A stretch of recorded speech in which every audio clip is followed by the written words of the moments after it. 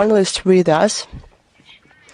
Let us start with the topic that were with us over the recent weeks. We were preparing for our main holiday, the 9th of May. The point is that, of course, this special year goes on, and there will be a lot to do with this topic, as well as in any other year and any other day that is full of memory, of historic memory for us. I would like to especially mention this huge contribution by our diplomats and foreign missions. They did it together with our compatriots. I'd like to say that the celebrations were huge abroad. It's no secret that the Victory Day unites us truly. And we celebrated it together with friends of our country from all over the world. Tens of thousands of people participated, many memorial events all over the world. Around the clock, the celebrations were covered in our accounts of foreign ministry. Some statistics: since early May, more than 5,000 of posts were posted dedicated to the Victory Day. 5,500 materials. This marathon did not stop for a second. People on all the continents, in all parts of the world, proudly showed the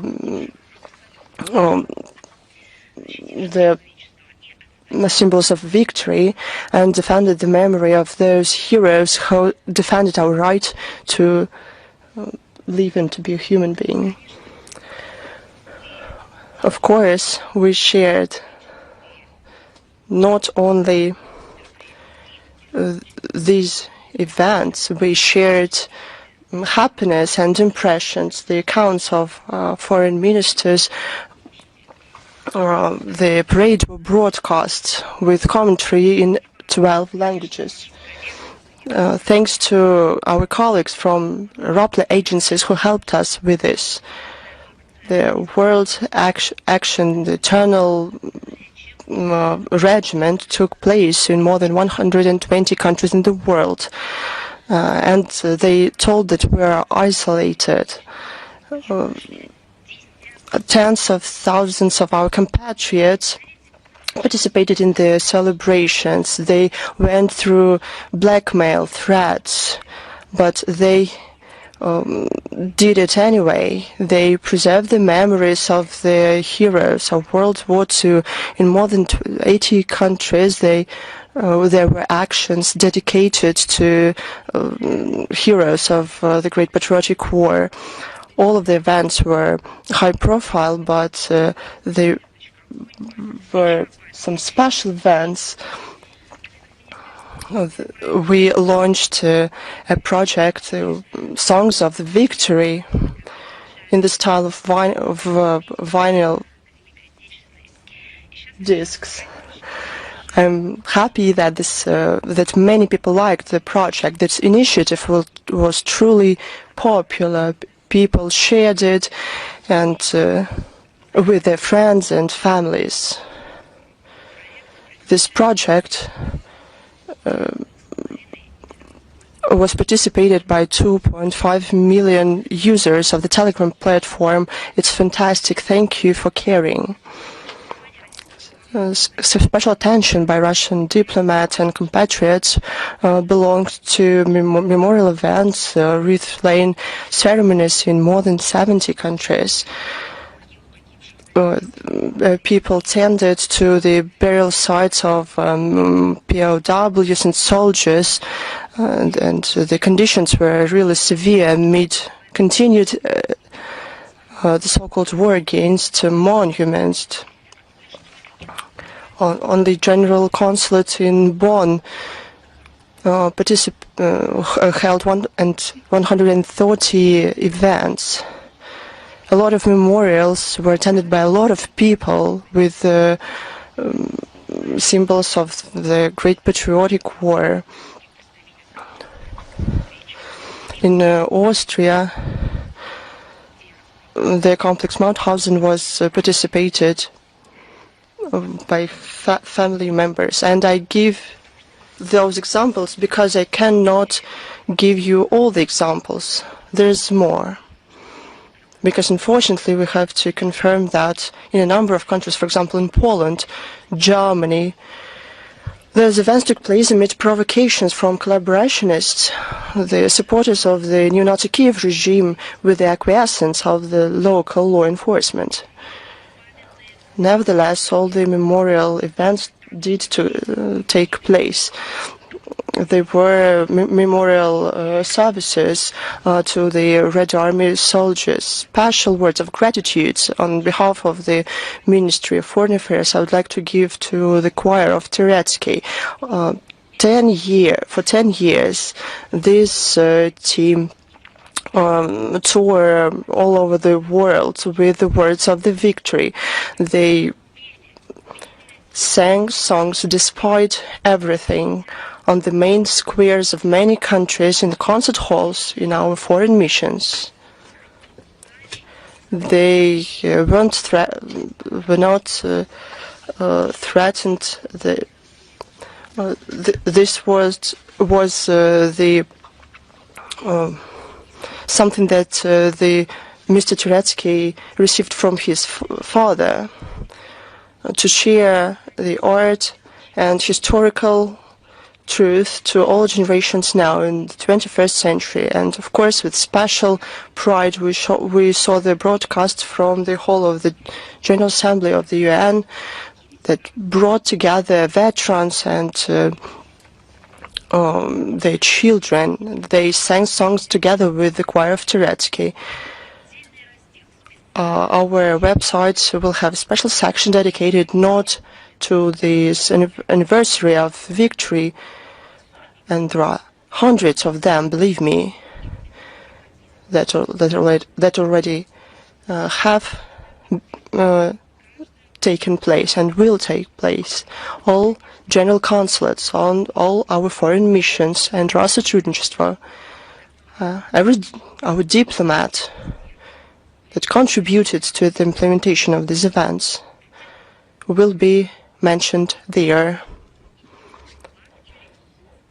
and their contribution will be duly covered. We'll do everything we can for that, because these things should be recorded. Now let's go to the relevant agenda. Let's start with the schedule of Foreign Minister.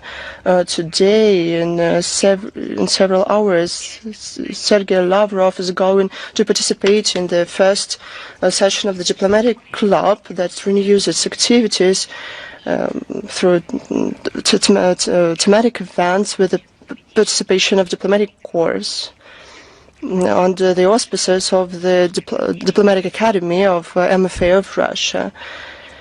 Minister will give a speech, talk to the leaders of diplomatic missions accredited in Moscow, as well as to take place in a round table titled Culture Without Borders, Role and Development of the Diplomacy of Culture. And of course, the topic of the Great Patriotic War, World War II, will be mentioned for many times during our briefing, because everything to do with today's relevant agenda continues the problems, unresolved problems, or that renewed, unfortunately, about the Ukrainian crisis. President of the Russian Federation, Vladimir Putin, on May 11th, put forward an initiative to renew direct negotiations that were suspended by the Kiev regime on behest of the then British Prime Minister Boris Johnson. I'll remind you, in the spring of 2022. At the same time, President of Russia proposed starting these negotiations without delay or preconditions in Istanbul on May 15th. As the Russian president said, the essence of this negotiation is, I quote, remove the root causes of the conflicts to establish a long-lasting and durable peace with a historical outlook in mind. We said many times the Russian side is prepared for serious negotiations. The Russian the delegation arrived to Istanbul and is prepared to serious work. Now about what's going on in Ukraine, I mean the actions of the Kiev regime, just to understand what they are doing there while talking about ceasefire. In reality, they are doing what you are going to hear. The neo-Nazi regime of Zelensky did everything it could to prevent the celebrations of the 18th anniversary of victory in the Great Patriotic War in Ukraine. This war of the ancestors of the current citizens of Ukraine, it's their victory as well. And it was desecrated. They did everything they could to cast a shadow on the celebrations to this existential holiday for Ukraine. There were attempts to undermine the celebrations abroad, first of all in Russia. But these attempts were in vain. The modern Banderovich did not manage to intimidate people or to forget about the memory of those who saved the world from the brown plague and gave them life. Many people in Ukraine on May the 9th came to memorials to the Soviet soldiers. Despite everything, despite prohibitions and blackmail threats, despite the fact that many monuments in modern Ukraine were destroyed or changed until they cannot be recognized. They came to lay flowers and to bow to true heroes. There were provocations from the Ukrainian nationalists in Kiev. In the Park of Glory, the policemen arrested an elderly woman because she refused to take off the side cap with the red star. In Odessa, a sign plate on the memorial to Marshal Rodion Malinovsky was taken down. He commanded the Third Ukrainian Front that liberated in April 1944 this city. On May 10th at night in Odessa, a group of young vandals destroyed all the flowers laid on the memorial to the unknown sailor. But the junta of Zelensky did not manage to do what they wanted. They couldn't break the will of people and did what they wanted while threatening people. They did not destroy the memory to the ancestors. The memory turned out to be stronger. It couldn't be destroyed. Unlike the neo-Nazi clique, it will go on forever. Let's see how the Kiev regime in general follows the ceasefire, as that they're talking about ceasefire all the time. But they just cynically ignored it. The president of Russia declared a 72-hour ceasefire dedicated to the 80th anniversary of victory over Nazism. According to Defense Ministry of Russia, there were 14,043 violations of ceasefire, more than 4,000 shellings from artillery, tanks and mortars, 62 attacks with MLRS, 9,918 drone attacks. There were 5 attempts to cross the Russian border in the Belgorod and Kursk regions over these 3 days, sacred for all of us. The Ukrainian aggression killed 6 people and wounded at least 17. This is the reality, not an illusion. This is the ceasefire demonstrated by the Kiev regime. Unfortunately, before and after the holiday, the Ukrainian militants continued terror against people in pre-border Russian regions. From May 6th through 13th, shellings, drones and mines killed 4 civilians,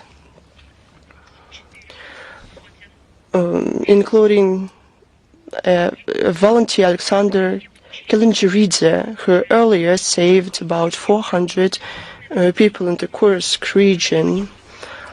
On May 7th, in the Khomatovka region, the Ukrainian militants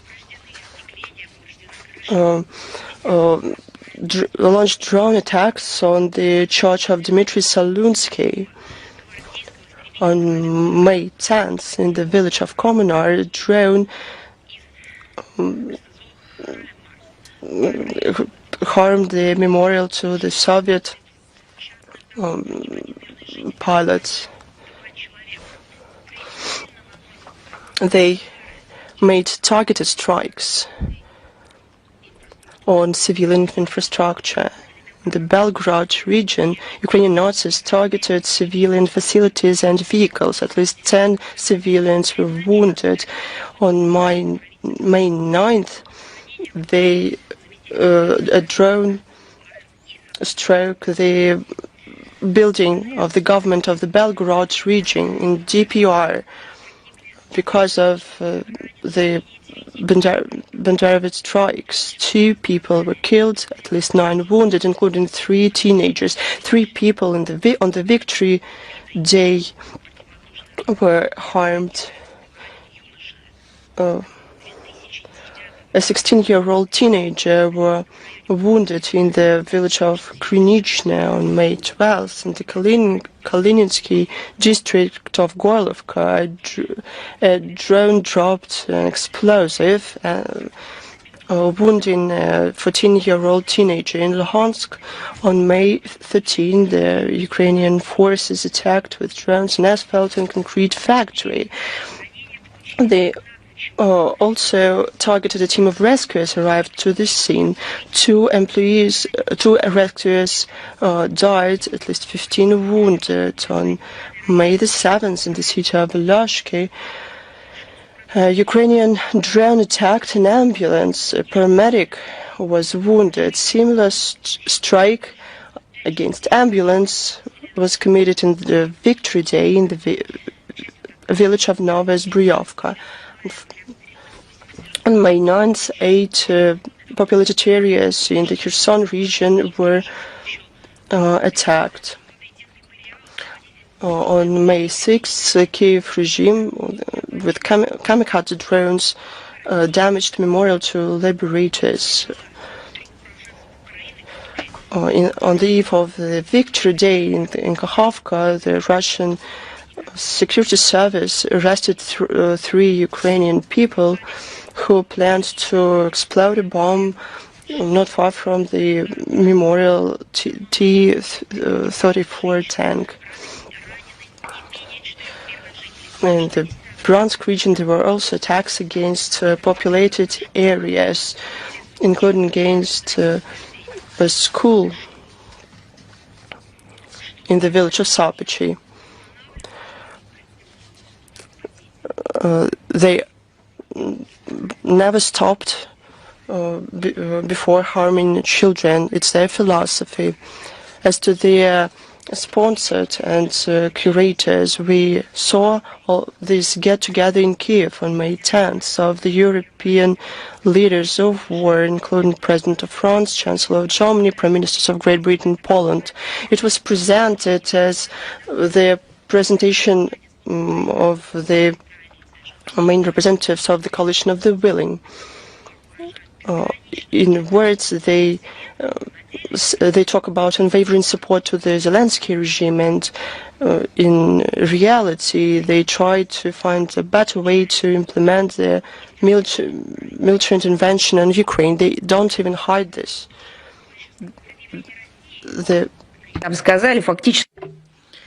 The main outcome of that meetup was issuing an ultimatum to Russia about its unconditional support of the 30-day ceasefire that will start on May 12th, in which the Kiev regime and its European patrons have decided to spontaneously declare. They have obviously forgot that at that moment when they thought about this step, the ceasefire introduced by Russia on the occasion of the 80th anniversary of victory hasn't expired.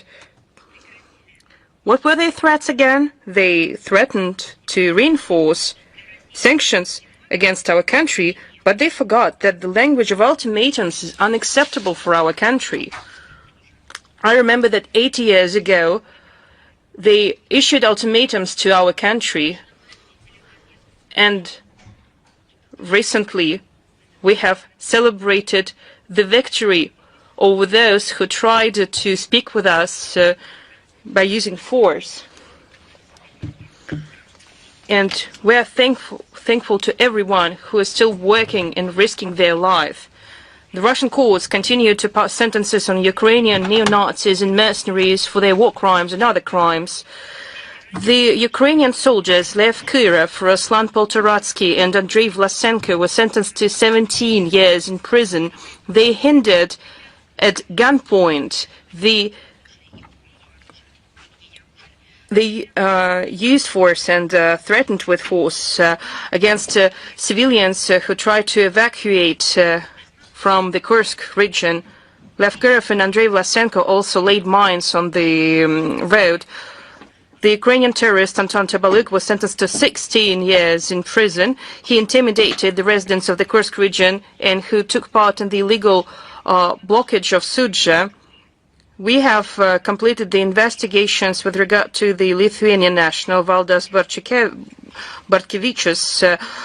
During his illegal stay in the Kursk region on November 11, 2024, in Kazachia Lokna village with other two Lithuanian nationals, they have took actions to desecrate the burial site and the memorial to the heroes and liberators. It was also established that in November 2024, this criminal has acquired 5 cars and provided them to Lithuanian mercenaries from the so-called International Legion, as well as to the units of the 95th Separate Air Assault Brigade and 225th Separate Storm Battalion of the Armed Forces of Ukraine that carried out terrorist acts on the territory of the Kursk region.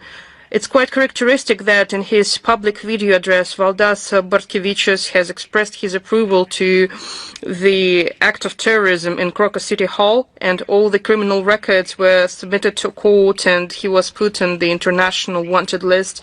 The U.S. mercenary Jake Logan Taylor, Azerbaijani mercenary Sabir Oglirzaev, and Colombian mercenary Elias Osorio Jose Bernardo were sentenced to 14 years in prison.